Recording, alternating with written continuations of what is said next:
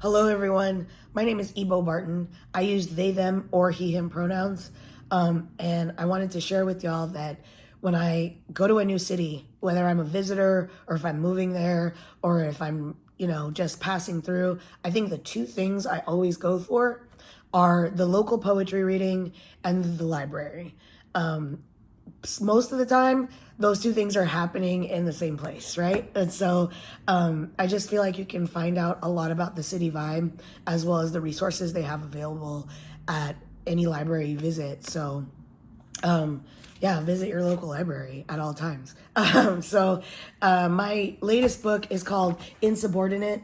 You can check it out at your local library, or you can purchase it online at ebobarton.com. I'm going to read you a poem called Freedom Cut Me Loose, and it's inspired by Beyonce, because who's not inspired by Beyonce? So thanks for listening. When I came out to my mother, her first reaction was to comment on the volume of my voice when I said transgender, as if being myself in public wasn't already loud. I lowered my voice. Do you reach adulthood when your parents' reactions to your unblossoming start to sound hollow like an empty cage?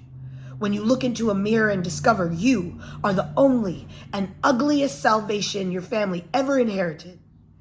Do you reach full-grown adulthood when your reflection rejects you in your second language?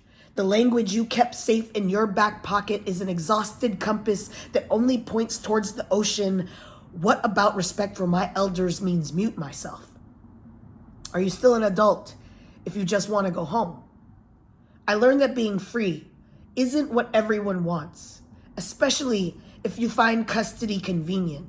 And I know you think my gender makes you angry, that your Jesus did not die for this, but the truth is, my gender binds you to fear, uncovers your discomfort from seeing the rapture of my reach, these bare wrists. What about my freedom scares you?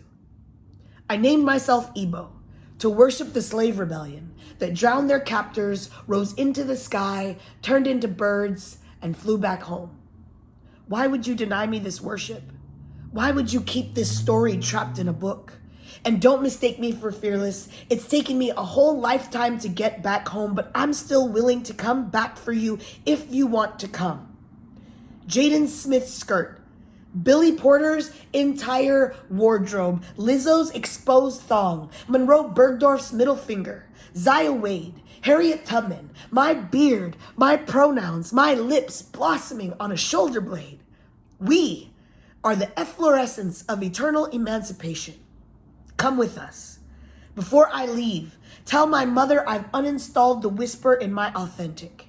If you don't want to untie the knots of shame, trying to convince you compromises the wind cradling my wings, so stay in bliss.